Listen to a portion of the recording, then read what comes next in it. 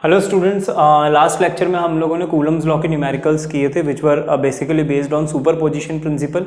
आज हम लोग फिर से वही प्रिंसिपल फिर से थोड़ा सा और डिस्कस करेंगे। अभी उसमें है कुछ प्रॉब्लम जिनमें थोड़ा डिफरेंट कॉन्सेप्ट यूज़ होता है, तो आज हम थोड़े से तो वही न्यूमेरिकल्स देखेंगे एंड फर्दर मोर हम लोग ट्राई करेंगे कि आज हम टेंशन वाले न्यूमेरिकल भी कर लें, जो कि थोड़े से ईजी ही न्यूमेरिकल्स है तो हो जाएंगे। तो let us start with today's work and the first question for today is two equal charges are separated by a distance d.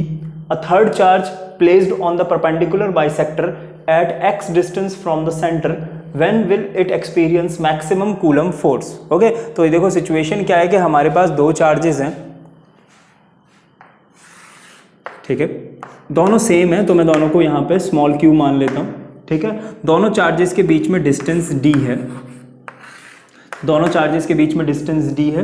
इस सिस्टम के परपेंडिकुलर बाइसेक्टर पे, परपेंडिकुलर बाइसेक्टर मतलब वो लाइन जो सेंटर से निकल रही है, ठीक है, और 90 डिग्री एंगल बनाती है, ठीक है। इस लाइन को इक्वेटोरियल लाइन भी बोलते हैं, आप लोग अभी चैप्टर के नेक्स्ट पार्ट में ही पढ़ेंगे, ठीक है। तो ये इक्वेटोरियल लाइन है, परपेंडिकुलर बाइसेक्टर है, ठीक है। इस पॉइंट के ऊपर यहाँ पर एक तीसरा चार्ज रखा है, ठीक है। उस तीसरे चार्ज को हम लोग मान लेते हैं से कैपिटल Q, ठीक है।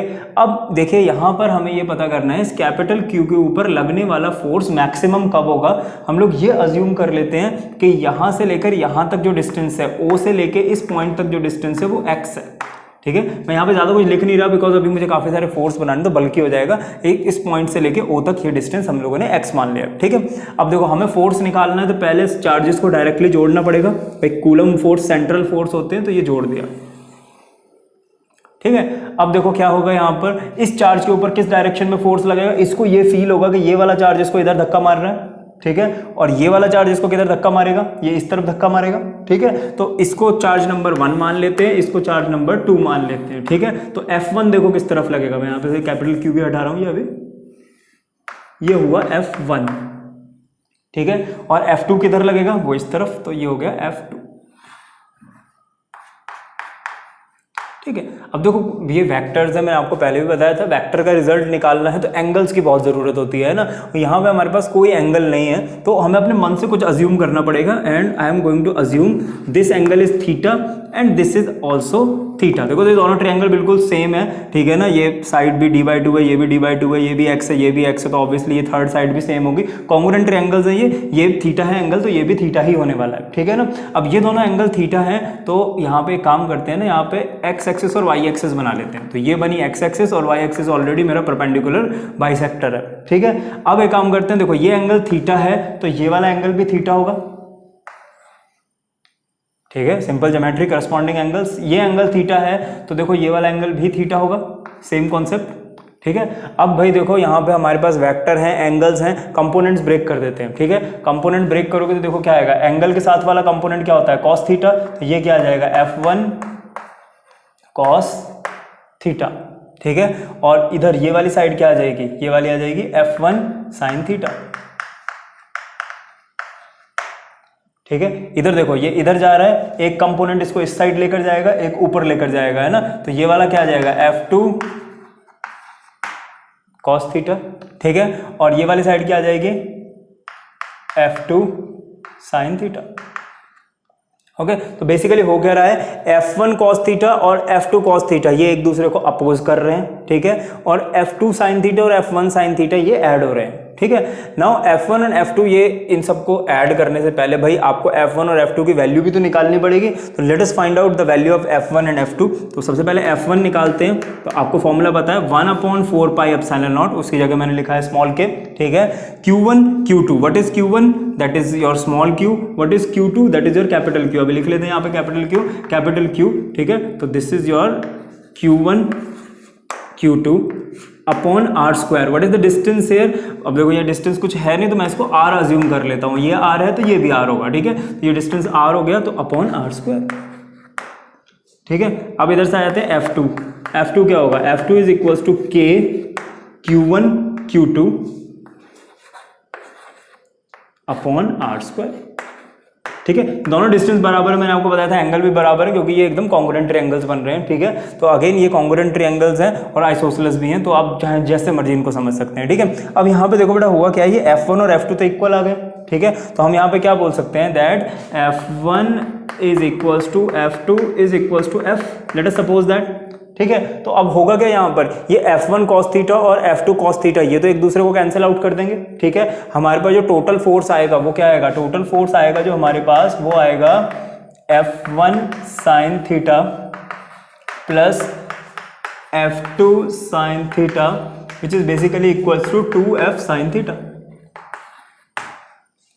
ठीक है। तो हमारे पास ये आंसर आ गया, ठीक है। अब यहाँ पे क्वेश्चन खत्म नहीं होता, क्वेश्चन बेसिकली ये है कि आपको ये बताना है कि ये फोर्स मैक्सिमम कब होगा, ठीक है ना। तो अब ये सारी वैल्यूज यहाँ पर उठा के पुट कर देते हैं। तो देखो यहाँ पे टोटल फोर्स क्या आएगा, F total is equals to 2F, what is your F आप ऑलरेडी फाइंड आउट कर चुके हैं, KQ into capital Q upon R square. And देखो साइन थीटा क्योंकि हम लोगों ने खुद इंट्रोड्यूस किया था, यहाँ पे साइन थीटा मैंने अपने मन से लिखा था, अब आपको उसकी वैल्यू देनी पड़ेगी in terms of x and d, क्योंकि देखो क्वेश्चन में आपको सिर्फ x और d ही गिवन है, आपके आंसर में x और d के अलावा कुछ नहीं आना चाहिए, ठीक है ना। तो अगेन यहाँ पे एक काम करते हैं, अभी तो मैं साइन थीटा को लिखता हूँ इस ट्रायंगल, कोई भी ट्रायंगल ले लो, चाहे ये वाला ले लो या इस साइड वाला ले लो, परपेंडिकुलर अपॉन हाइपोटेनियस, ये होता है साइन थीटा। तो परपेंडिकुलर देखो यहाँ पर क्या है x और हाइपोटेनियस क्या है r, ठीक है ना। तो यहाँ पे हम साइन थीटा को लिख लेते हैं x by r। But basically देखो बेटा यहाँ पे जो r है क्या, हाइपोटेनियस, और पाइथागोरस लगाकर यहाँ पर अगर हम चाहें तो r की वैल्यू बड़े आराम से निकाल सकते हैं, ये d/2 हो गया। इस ट्रायंगल में r की वैल्यू क्या होगी, r की वैल्यू होगी, तो यहाँ लिख लेते हैं, चलो r की वैल्यू होगी हमारे पास परपेंडिकुलर का स्क्वायर प्लस बेस का square, x square plus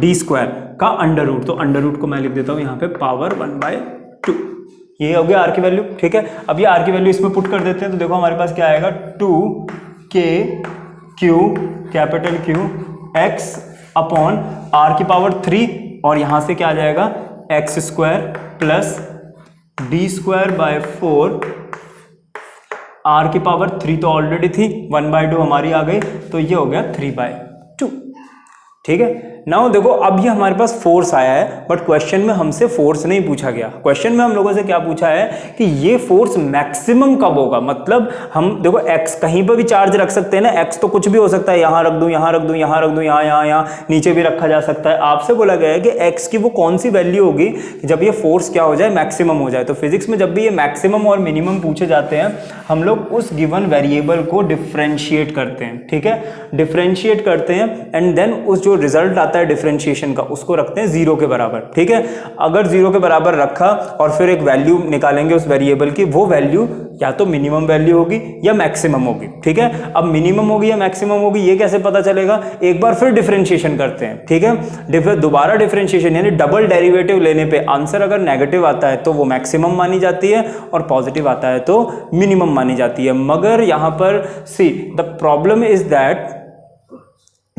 that कि हम लोग फिजिक्स में जनरली जब मैक्सिमा या मिनिमा पूछा जाता है ना, तो हम दो बार डिफरेंशिएशन करते नहीं है, ठीक है। हम लोग एक ही बार करते हैं, और जनरली हम उसे मानते हैं, हाँ जो हमसे मैक्सिमा पूछा है तो वो मैक्सिमा ही आ रहा है, और मिनिमा पूछा है तो वो मिनिमा ही आ रहा है। तो डोंट वरी अबाउट दैट, इसे दो बार करके मत देखना। बट यस, मैथ्स वाले स्टूडेंट समझ गए होंगे, उनके पास एक पूरा चैप्टर है मैक्सिमा एंड मिनिमा के ऊपर बेस्ड, तो they can do it easily, ठीक है। So now let us differentiate this term, ठीक है। सो डिफरेंशिएट करेंगे इसको, तो मैं यहाँ पे डिफरेंशिएट करूंगा इसको विद रिस्पेक्ट टू x, और फिर इसको रखूंगा 0 के बराबर, because the space is less. तो मैं यहां से दोबारा से स्टार्ट करूंगा, just note it down up to this point and we will move further.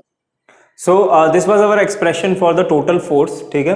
अब इसकी मैक्सिमम वैल्यू निकालनी है, तो मैंने क्या समझाया आपको, आप इस टोटल फोर्स का डिफरेंशिएशन कर दो विद रिस्पेक्ट टू x, ठीक है। क्योंकि देखो यहाँ पे हमारे पास x ही वेरिएबल है, x को ही तो बार बार हमें चेंज करके फोर्स को मैक्सिमम करना है, बाकी सब चीजें क्या है, कांस्टेंट है, वो तो जो है वो वही रहेंगी।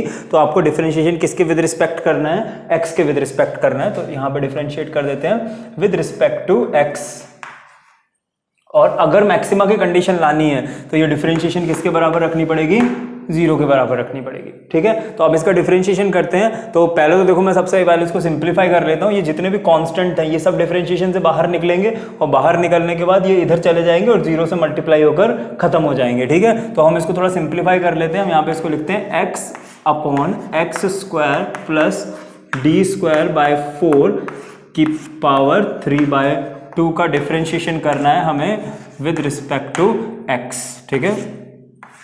And it is equals to 0। फिर इसको 0 से इक्वेट करना है, ठीक है। अब यहाँ पे डिफरेंशिएशन करने के लिए आपको क्या करना पड़ेगा, u इंटू वी वाला u अपॉन वी वाला फॉर्मूला लगाना पड़ेगा। जिन बच्चों को u अपॉन वी वाला फॉर्मूला नहीं आता तो मैं बता दूं, अगर हमें डिफरेंशिएशन करना हो u अपॉन वी का, ठीक है ना, तो हम लोग कैसे करते हैं, सबसे पहले v का स्क्वायर डिनोमिनेटर में, ठीक है, u का differentiation v as it is minus v का differentiation u as it is, ठीक है ना। ये फॉर्मूला आप लोगों को याद रखना, डैश का मतलब होता है डिफरेंशिएशन, ठीक है ना। तो यहाँ पे आपको इस तरह से इस फॉर्मूले के अकॉर्डिंगली डिफरेंशिएशन करना पड़ेगा। तो I am using this formula, तो यहाँ पे मेरे लिए u क्या है वो x है और v क्या है हमारा ये वाला टर्म, ठीक है। तो इसको सॉल्व करते हैं। तो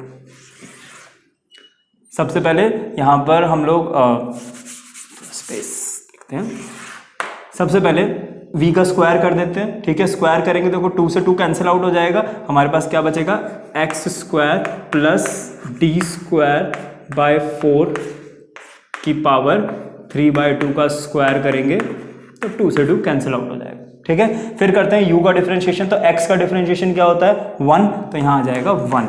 v को एज इट इज लिखेंगे, v क्या है हमारे पास X square plus D square by 4 की पावर 3/2, ठीक है, माइनस, ठीक है। फिर उसके बाद हम क्या करेंगे, x as it is, okay, and then हम लोग क्या करेंगे, यहाँ पे इसका डिफरेंशिएशन करते हैं। तो इसका डिफरेंशिएशन क्या आएगा, देखो डिफरेंशिएशन का रूल क्या है, सबसे पहले पावर आगे आ जाएगी, ठीक है। तो पावर आगे आ जाएगी 3/2 एक्स स्क्वायर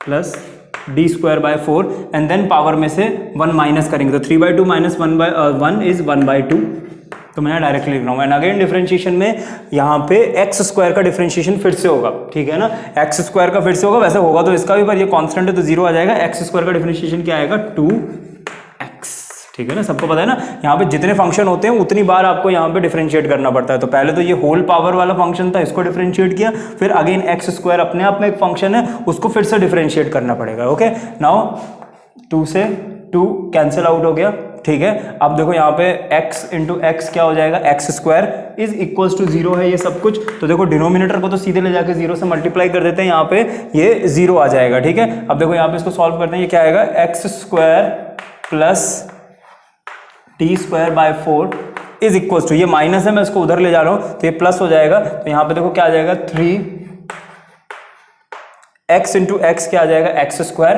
और ये क्या आ जाएगा हमारे पास X square plus D square by 4 की पावर 1/2, ठीक है ना।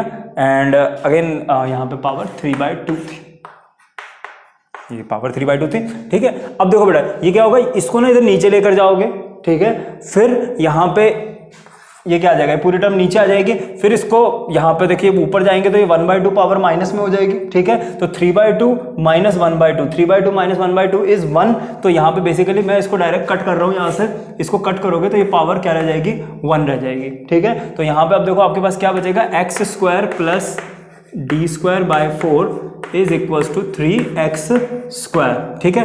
एक्स स्क्वायर उधर जाएगा, 3 में से 1 माइनस होगा, क्या बचेगा 2x स्क्वायर। तो यहाँ पे क्या आ जाएगा, d square by 8 is equals to x square, ये 2 नीचे आ जाएगा इधर, और x क्या आ जाएगा, x is equals to d upon 2/√2 and which is your given answer. So if you place the charge at a distance d/2/√2 तो force maximum होगा। मैंने इस क्वेश्चन के लिए ज़्यादा टाइम लिया है ताकि आपको अच्छे समझ में आ जाए कि मैक्सिमम और मिनिमम वाले क्वेश्चंस कैसे किए जाते थे। These are all calculative part, you can do them very fastly, ठीक है, जैसे आपको प्रैक्टिस हो जाएगी। तो so let us move to the next question, and in this question we have a caesium chloride crystal, ठीक है। हमारे पास एक CgCl का क्रिस्टल है, और ये क्रिस्टल जो है वो बॉडी सेंट्रिक ज्योमेट्री में है, BCC स्ट्रक्चर के अंदर है, और इसके अंदर जो सीजियम के आयंस हैं, पॉजिटिव आयंस हैं, वो कॉर्नर के ऊपर है, ठीक है, क्यूब के कॉर्नर के ऊपर है, ठीक है, और जो क्लोरीन है वो क्यूब के सेंटर में। अगर आपने चैप्टर सॉलिड स्टेट पढ़ा है तो आपको स्ट्रक्चर बहुत ही फेमिलियर लग रहा होगा, पर अगर नहीं पढ़ा है तो मैं आपको बता दूं कि सॉलिड स्टेट में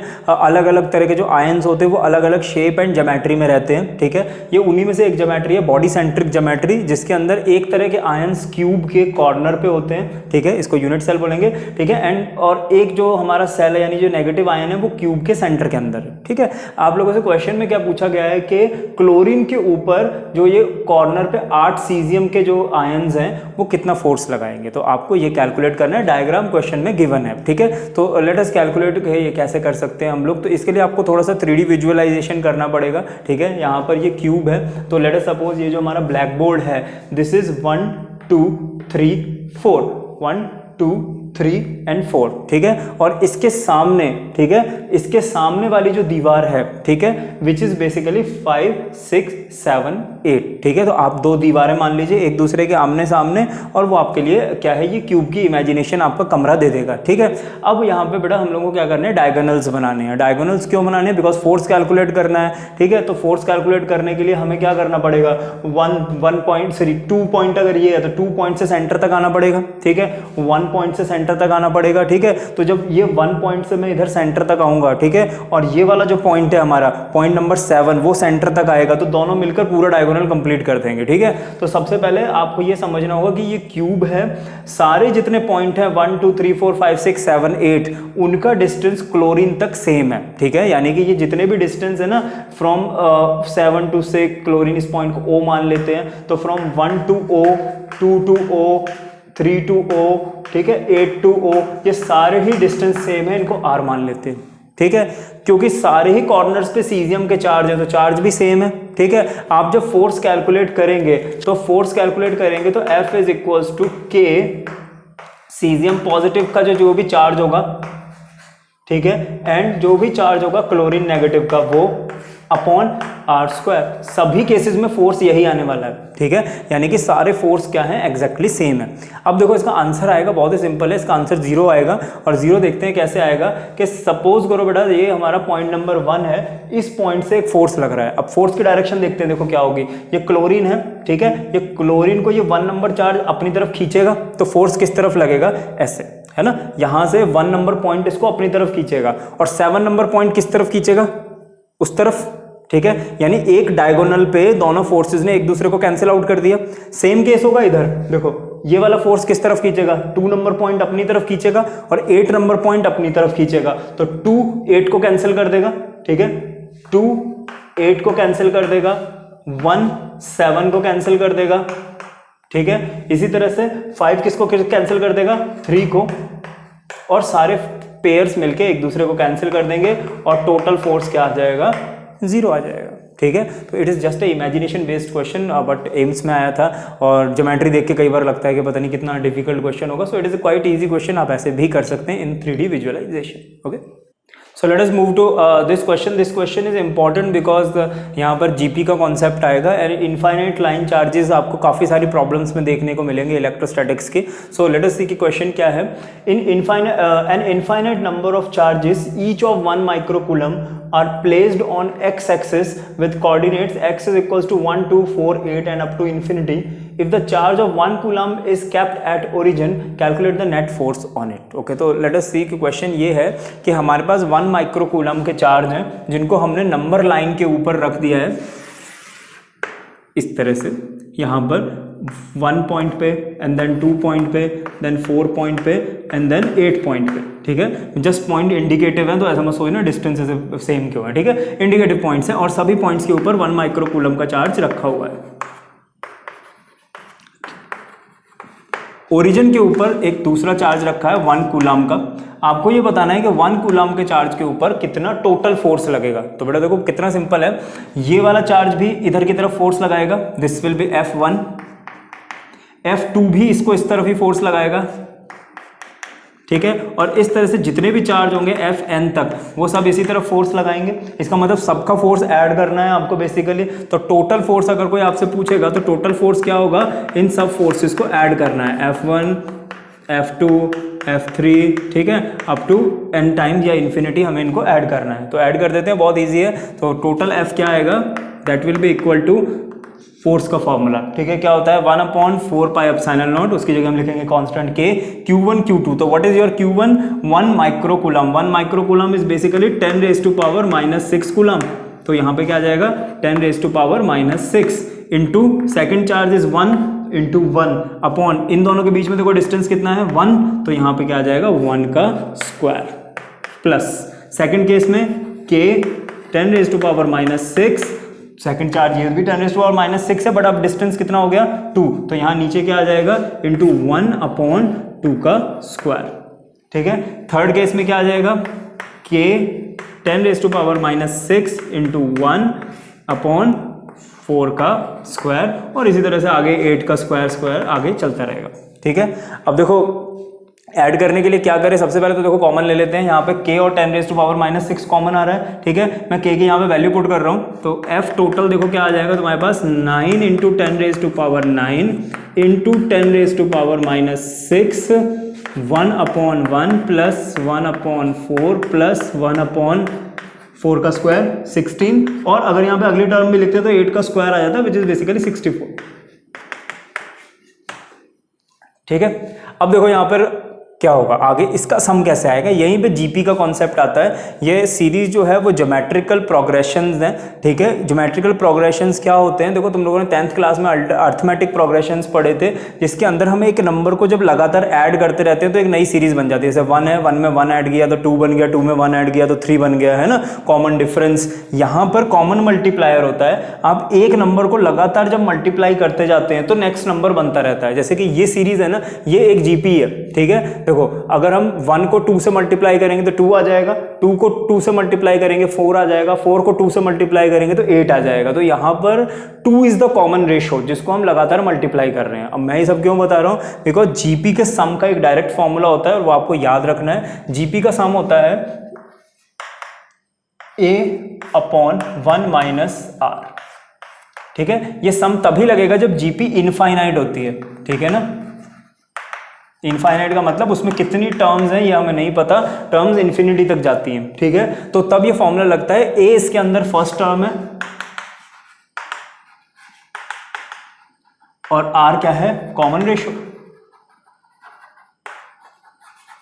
कॉमन रेशो कैसे निकालेंगे, आप सेकंड टर्म को फर्स्ट टर्म से डिवाइड कर दीजिए। ठीक है ना, यानी 1/4/1। ठीक है ना, सेकंड को जब फर्स्ट से डिवाइड करेंगे तो क्या आएगा 1/4, तो इसके अंदर जो कॉमन रेशो है वो 1/4 है और फर्स्ट टर्म क्या है 1 है।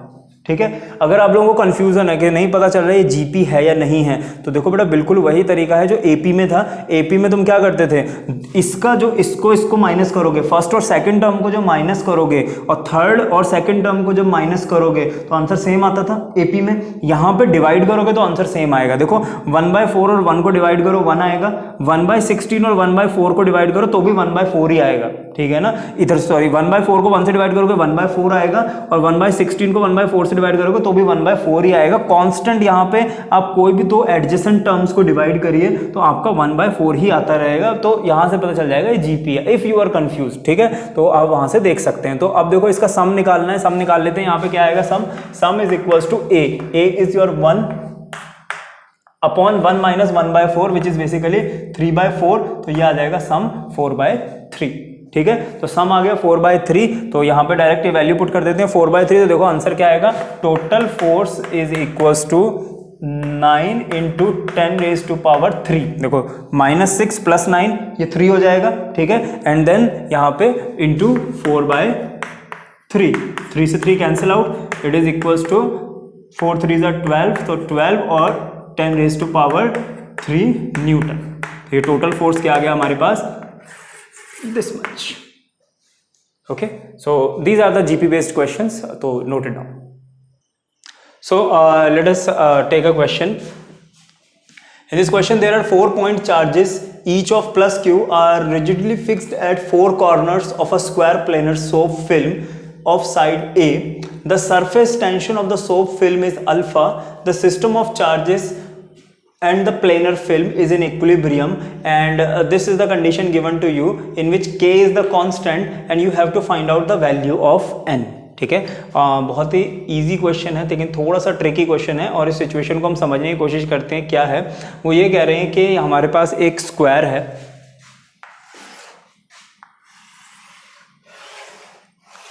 और बेसिकली एक सोप फिल्म है। ठीक है ना, मतलब आप समझ लो कि ये एक सोप फिल्म है, यहाँ बीच में पूरा एक सोप की लेयर बनी हुई है, ठीक है। और इस स्क्वायर फिल्म के कॉर्नर पे 4 चार्जेस हैं इस तरह से,